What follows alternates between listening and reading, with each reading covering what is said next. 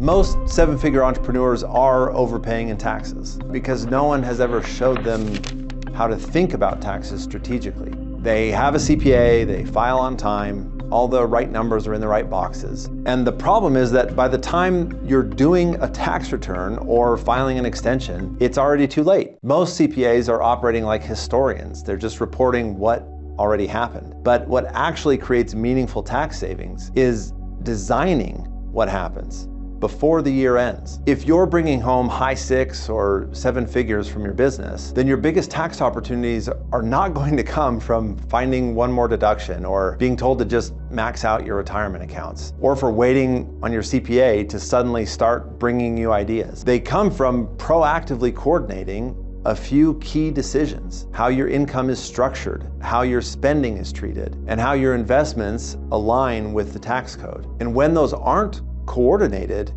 you end up reacting to your tax bill instead of controlling it. And it quietly costs you tens or even hundreds of thousands of dollars every year. What we focus on with our clients is something that we call tax and wealth architecture. It's how we design what your tax return will look like before the year ends. And we use this framework to determine how your income flows, how it's taxed, and to proactively evaluate opportunities and trade-offs before the year ends, while you still have time to control and make decisions. There are three core areas that we look at. The first is entity structure. The second is deduction strategy. And the third is investment strategy. And all of this sits on a foundation of proactive planning, because none of it works if you're only thinking about taxes after the year's over. Let me show you what this actually looks like with a real client. For this example, I'm just going to call him Sam. Sam was on track to take home about $1.1 million in taxable income for the year. And if nothing changed, he and his wife were looking at roughly $375,000 in taxes. They were in the top 37% tax bracket, and their effective or average tax rate was 34%. This is where most entrepreneurs land, simply because there is no coordinated strategy in place. When we started working with Sam, the first thing that we helped him address was how his income was structured. Sam owned and was being paid by multiple C Corps, an S Corp, a couple of partnerships, and several passive investments that he was getting K1s from. But most of his income was coming through wages, which meant he had high exposure to payroll taxes, limited flexibility to offset that income, and limited eligibility for some key deductions. What we did was present Sam with options to restructure how that income flowed, not changing at all at this step how much he made, just changing how it showed up on paper, how it flowed from Sam's businesses to him. We helped him shift away from wages and toward business income, and through a more optimized entity structure. This allowed Sam to significantly increase his QBI deduction, or qualified business income deduction, and reduce his payroll and self-employment taxes. The result of this restructuring of how Sam took his compensation was about $68,000 in tax savings. From there, we layered in deductions, but not in the typical way. See, most people are asking their accountants, what can I write off? Or can I write this off? Only to either be ignored altogether or told no every time. We flip that question around and ask, how do we structure your spending so that as much of it as possible becomes legally deductible? And that's a completely different approach. It still doesn't mean that you can just write everything off, but by reframing the question from a simple yes or no to an evaluation of what circumstances would allow for a legal write-off, and then by planning proactively while we still have time to legitimately create those circumstances, it allows us to weigh the trade-offs and make informed decisions about which write-offs are worth pursuing and which are not. For Sam, we helped him implement things like an accountable plan, employing his kids through a family management company, and restructuring how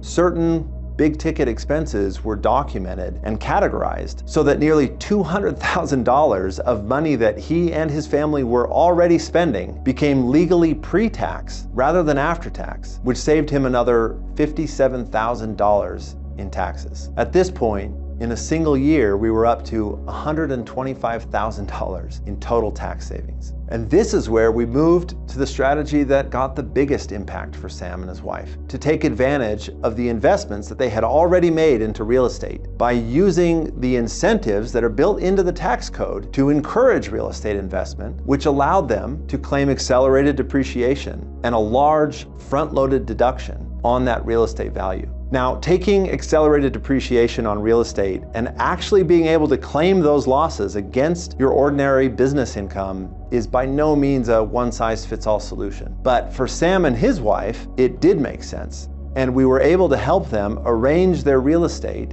and their circumstances in a way that made it feasible. And that single move reduced their tax liability by over $100,000 on top of the other tax savings that had already been generated. So in total, Sam went from about $375,000 in projected taxes down to roughly $148,000. That's over $225,000 saved in a single year. It wasn't by making some sketchy investment into an oil pump or a low-budget film. This wasn't a trick. It was simply a proactive and coordinated plan that was decided on and implemented before the year ended, so that by the time Sam filed his tax returns, there was no surprise. There was no big reveal. There was no scramble to move money around. And this is the difference between reactive tax preparation, which is what most business owners experience, and proactive tax strategy. If that's something that you'd find valuable, you can apply for a tax and wealth roadmap session using the link below. We only work with business owners, and generally those with at least high 6 to 7-figure take-home profit, and who are looking for a more proactive and coordinated approach to taxes. And if nothing else, my goal with this video is just to help you start thinking about taxes differently, more proactively, and more in conjunction with the investment decisions and entity structure decisions that you're making. Because when you do, it has an enormous impact on your long-term wealth. I find most CPAs do nothing in terms of planning and strategy. It's just like, here's your bill. I'm like, well, how do I save money? Like, I don't know. Or like, try this. Have you looked into this? It's just like vague stuff. I had a specific question. It's like, can I write off my home since it was turned into an SDR? And he's like, yes. And here's how much you'd save. And here's what the numbers look like. And I'm like, whoa, okay.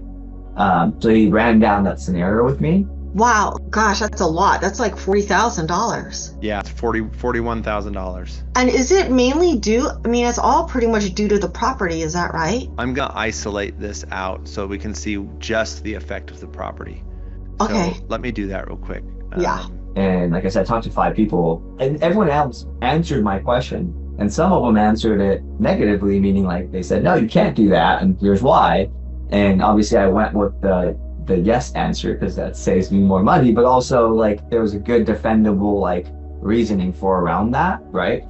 So I think that was what I went with. I think I was also looking for someone that was like less firm like an accounting firm that's, you know, lots of partners, lots of like I wanted like a little bit more of a boutique or smaller shop where an accountant's a little bit more available if I need it. This is exactly the kind of advice and guidance that I wanted. So it feels really good to be able to finally have someone who can take me through those things. So thank you. You know, my biggest thing is I wish I hired Brian like a year or two ago, like in 2024, so I could have actually set it up right, because I'm just trying to preserve as much money as I've already paid, not, you know, get ahead of it. So you could clearly tell Brian has a lot more of the working with entrepreneurs piece, which I just haven't come across from other accountants. Seriously.